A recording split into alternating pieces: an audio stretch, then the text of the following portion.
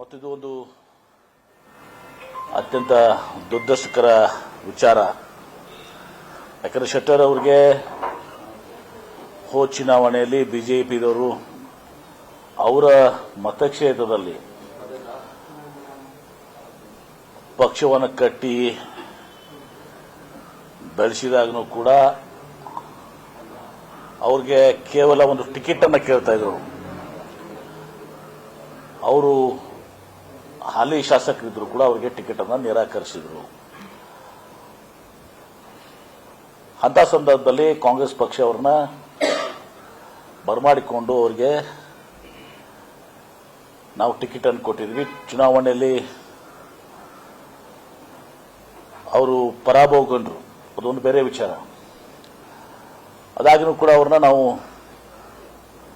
ವಿಧಾನ ಪರಿಷತ್ನ ಸದಸ್ಯರಾಗಿ ಮಾಡಿದ್ದೀವಿ ಮತ್ತು ಅವ್ರಿಗೆ ಅವರ ಅಭಿಪ್ರಾಯಗಳನ್ನ ಎಲ್ಲ ಪಕ್ಷದ ವೇದಿಕೆಯಲ್ಲಿ ಕೂಡ ಅವ್ರಿಗೆ ನಾವು ಗೌರವಿಸುವಂಥ ಕೆಲಸವನ್ನು ಮಾಡಿದ್ದೀವಿ. ಮುಂದೆ ಪಾರ್ಲಿಮೆಂಟ್ ಚುನಾವಣೆ ನಂತರ ಅವರಿಗೆ ಒಳ್ಳೆ ಭವಿಷ್ಯತ್ ಇತ್ತು ಅಂತೇಳಿ ನಾನು ಅಂದ್ಕೊಂಡಿದ್ದೀನಿ. ಅದಾಗಿನೂ ಕೂಡ ಯಾಕೆ ಎಷ್ಟು ತರಾತರ ಇಲ್ಲಿ, ಯಾಕಂದ್ರೆ ಅವರೊಬ್ಬರು ಹಿರಿಯರು, ನಾವು ಉಳಿದವರಿಗೆ ಮಾತನಾಡಕ್ಕೆ ಬರೋದಲ್ಲ. ಅವರು ಮಾಜಿ ಮುಖ್ಯಮಂತ್ರಿಗಳು, ವಿರೋಧ ಪಕ್ಷದ ನಾಯಕರಾಗಿ ಕೆಲಸ ಮಾಡಿದ್ದಾರೆ. ಇಷ್ಟು ತರಾತುರಲ್ಲಿ ಆತುರದಲ್ಲಿ ಅವರು ಯಾಕೆ ನಿರ್ಧಾರ ತೆಗೆದುಕೊಂಡ್ರು, ಅವ್ರ ಮೇಲೆ ಏನು ಒತ್ತಡ ಇತ್ತು ಅಥವಾ ಅವ್ರಿಗೇನು ಆಮಿಷಗಳನ್ನ ಒಡ್ಡಿದಾರ ನನಗೆ ತಿಳಿದು. ಒಂದು ವೇಳೆ ಆಮಿಷಗಳೇನಾದರೂ ಇದ್ರೆ ಬಹುಶಃ ಅವರ ಮಟ್ಟಕ್ಕೆ, ಅವ್ರು ಬೆಳೆದು ಬರುವಂಥ ಮಟ್ಟಕ್ಕೆ ಇರ್ತದ್ದು ಸಹ ಈ ರೀತಿ ತರಾತುರಿ ನಿರ್ಣಯ ತಗೊಳ್ಳುವಂಥದ್ದು ಬಹಳ ದುರದೃಷ್ಟಕರ ಅಂತ ಮಾತ್ರ ನಾನು ಹೇಳಕ್ಕೆ ಬಯಸ್ತೇನೆ. ಈಗ ನಾವು ಕೂಡ ಇನ್ನು ಅವ್ರು ಏನು ಹೇಳ್ತಾರೆ ನೋಡೋಣ ಅಂತ. ಈಗ ಏನು ಅವ್ರ ಕಾರಣ ಕೊಡಬೇಕಾಗತ್ತಲ್ಲ. ಈಗ ಏನು ಕಾರಣ ಕೊಡ್ತಾರೆ, ನಾನು ಯಾಕೆ ವಾಪಸ್ಸು ಮತ್ತೆ ಬಿಜೆಪಿಗೆ ಹೋದೆ ಅಂತೇಳಿ.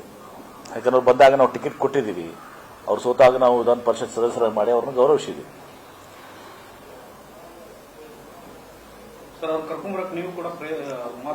ಎಲ್ಲರೂ ಕೂಡ ನೀವು ಪ್ರಮುಖ ಪಾತ್ರವನ್ನು ಜಗದೀಶ್ ಶೆಟ್ಟರ್ ಅವರನ್ನು ಕಾಂಗ್ರೆಸ್ಗೆ ಕರ್ಕೊಂಡು ಬರುವಂತ ನಿಟ್ಟಿನಲ್ಲಿ ನಾನು ಮಾಧ್ಯಮದಲ್ಲಿ ನೋಡ್ತಾ ಇದ್ದೆ. ಮಾಧ್ಯಮದಲ್ಲಿ ನೋಡುವಾಗ ನಾವು ಅದನ್ನ ಯಾವ ಕೂಡ ಈ ರೀತಿ ನಿಜವಾಗಿ ಇರಬಹುದು ಅಂತ ಕೂಡ ನಾನು ಅಂದ್ಕೊಂಡಿಲ್ಲ. ಮತ್ತು ಅವ್ರನ್ನ ಈ ಮಾಧ್ಯಮದ ವರದಿಗಳ ಮೇಲೆ ಅವರಿಗೆ ನಾನು ಕೇಳಕ್ಕೂ ಹೋಗಿಲ್ಲ. ಯಾಕಂದ್ರೆ ತಪ್ಪಾಗುತ್ತೆ. ಅವರೊಬ್ಬರು ಅವ್ರ ಸೀನಿಯರಿಟಿಗೆ ಅವರೊಬ್ಬರು ಮಾಜಿ ಮುಖ್ಯಮಂತ್ರಿಗಳು ಏನಪ್ಪ ನೀವೇನ್ರಿ ಬಿ ಪಾಡ್ರಿ ಮಾಧ್ಯಮದ ವರದಿ ಕೇಳಿ ನೀವು ನನಗೆ ಈ ಪ್ರಶ್ನೆ ಕೇಳಿದಾರ ಅಂತ ಹೇಳಿ ಕೇಳಿದಾರ ಅಂತೇಳಿ ನಾನು ಅದರ ಮಾತಾಡಿಸಿಲ್ಲ. ಮತ್ತು ಈಗ ಏನು ಅವರು ಈ ನಿರ್ಣಯ ತಗೊಳ್ಳೋವಾಗ ಅವರು ಕೂಡ ನಮ್ಮನ್ನ ಏನು ಸಂಪರ್ಕ ಮಾಡಿಲ್ಲ, ಇವತ್ತು ಸಹ ಮಾತನಾಡಿಲ್ಲ. ನೋಡೋಣ, ಈಗ ಇನಿಷಿಯಲ್ ರಿಯಾಕ್ಷನ್ ಇಷ್ಟಿದೆ, ಕಾದ್ ನೋಡೋಣ ಏನವ್ರು ಏನು ಉತ್ತರ ಕೊಡ್ತಾರೆ. ಒಟ್ಟಾರೆ ಈ ಆತುರದ ನಿರ್ಧಾರ ಆಗಬಾರ್ದಿತ್ತು. ಅವರ ಒಂದು ಘನತೆಗೆ, ಅವರ ಒಂದು ಮಟ್ಟಕ್ಕೆ ಇದು ಬಹುಶಃ ಸರಿಯಾದದ್ದಲ್ಲ. ಜನ ಇದನ್ನ ಬೇರೆ ಅರ್ಥದಲ್ಲಿ ಅದನ್ನು ಭಾವಿಸ್ತಾರೆ. ಏನಪ್ಪ ಇವರು ಅಧಿಕಾರಕ್ಕೋಸ್ಕರ ಇಲ್ಲಿ ಟಿಕೆಟ್ ಬಂದರು, MLC ಮಾಡಿದ್ರಾಗೂ ಕೂಡ ಇವರು ಹೋದ್ರು, ಮತ್ತು ಅಲ್ಲೇನೋ ಒಂದಷ್ಟು ಆಮಿಷ ಹೊಡಿದಾರ ಹೋದ್ರು. ಅವರ ಒಂದು ಘನತೆ ಗೌರವಗೆ ಇದು ಹಿನ್ನಡೆ ಆಗ್ತದೆ ಅನ್ನೋದು ನೋಡಿ.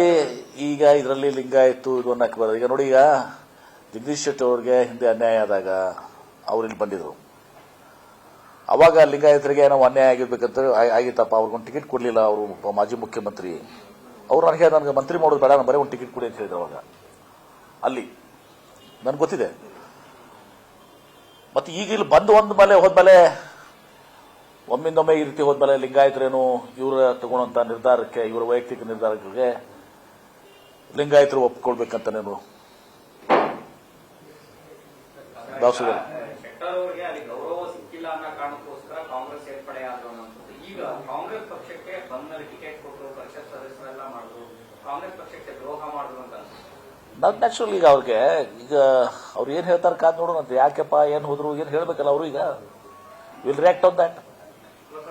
ಏನವ್ರು ನೀವ್ ಹೇಳ್ತಾ ಇದ್ರ ಸರ್, ನೀವು ಕಷ್ಟ ಕಾಲದಲ್ಲಿ ಕೂಡ ಪಕ್ಷ ಗೌರವಿಸಿದ್ರೆ ಕರೆಕ್ಟ್ ಕರೆಕ್ಟ್. ಹಾಗಾದ್ರೆ ದಿಢೀರ್ನೆ ಅವರು ಪಕ್ಷ ಬಿಟ್ಟು ಹೋಗಿರೋದ್ರಿಂದ ಪಕ್ಷಕ್ಕೆ ದ್ರೋಹ ಮಾಡೋಗಿದ್ದಾರೆ ಅಂತ. ನ್ಯಾಚುರಲಿ ಸ್ವಾಭಾವಿಕವಾಗಿ ಇವತ್ತೊಂದು ದಿವಸ ಕಾಂಗ್ರೆಸ್ ಪಕ್ಷ ಅವ್ರನ್ನ ಗೌರವಿಸಿತ್ತು. ಸೋತ ಮೇಲೆ ಅವ್ರನ್ನ ವಿಧಾನ ಪರಿಷತ್ ಸದಸ್ಯರು ಮಾಡಿದ್ವಿ ಮತ್ತು ಎಲ್ಲಾ ನಿರ್ಣಯಗಳಲ್ಲಿ ಅವ್ರ ತಂದು ಸಹ ನೀವು ವೇದಿಕೆ ಮೇಲೆ ತಾವು ಗಮನಿಸಿದ್ದೀರಿ. ಎಲ್ಲ ಇದರಲ್ಲಿ ಕೂಡ ಅವ್ರನ್ನ ವೇದಿಕೆ ಮೇಲೆ ಕರೆದು ಅವರ ಮಾಜಿ ಮುಖ್ಯಮಂತ್ರಿಗಳು, ನಮ್ಮಲ್ಲಿ ನಮ್ಮ ಪಕ್ಷದಲ್ಲಿ ಒಂದು ಮಾಜಿ ಮುಖ್ಯಮಂತ್ರಿಗಳಿಗೆ ತಮ್ಮದೇ ಆದಂತಹ ಮತ್ತು ಮಾಜಿ ಕೆಪಿಸಿಸಿ ಅಧ್ಯಕ್ಷರಿಗೆ ಗೌರವಿಸುವಂತ ಒಂದು ಪದ್ಧತಿ ನಮ್ಮಲ್ಲಿದೆ. ಯಾವುದೇ ಒಂದು ಫಂಕ್ಷನ್ ಆದ್ಮೇಲೆ ಇವತ್ತು ಜ್ಯೋತಿ ಬೆಳಗಿಸ್ಕೊಂಡು ಸ್ಟೇಜ್ ಮೇಲೆ ಅವ್ರು ಕರಿತೀವಿ. ಕರೆಕ್ಟ್. ನಾವು ಸುಮ್ಮನೆ ಬಿಡಿಯಪ್ಪ, ಸುಮ್ಮನೆ ಯಾವ್ದು ನೀವು ನನಗೆ ಗೊತ್ತು. ಮಾತಾಡಿದ್ರ ಸೌದಿ ಅವರ ಹತ್ರ ಈ ಬೆಳವಣಿಗೆ ಹಿನ್ನೆಲೆಯಲ್ಲಿ ಏನಾದ್ರು ಮಾತಾಡಿದ್ರು? ನೋಡಿ ಈಗ ಏನಾಗುತ್ತೆ ಇದು, ನಾವು ಈ ತರ ಜಗದೀಶ್ ಶೆಟ್ಟರ್ ಅವರು ಹೋಗಿದಾರೆ ಅಂದಲ್ಲಿ ಸೌದಿ ಅವ್ರು ನೀವು ಹೋಗ್ತೀರಾ ಅಂತ ಕೇಳಕ್ ಬರ್ತದ? ಏನು ಅರ್ಥ ಆಗ್ತದೆ ನೋಡಿ. ಅದನ್ನ ಆ ರೀತಿ ಏನಿದ್ರು ಕೂಡ ಅದು ಪಕ್ಷದಲ್ಲಿ ಚರ್ಚೆ ಮಾಡಿ. ನ್ಯೂಸ್ ಫಸ್ಟ್ ನಿರ್ಭೀತಿಯಿಂದ ನಿಮ್ಮ ಪರವಾಗಿ.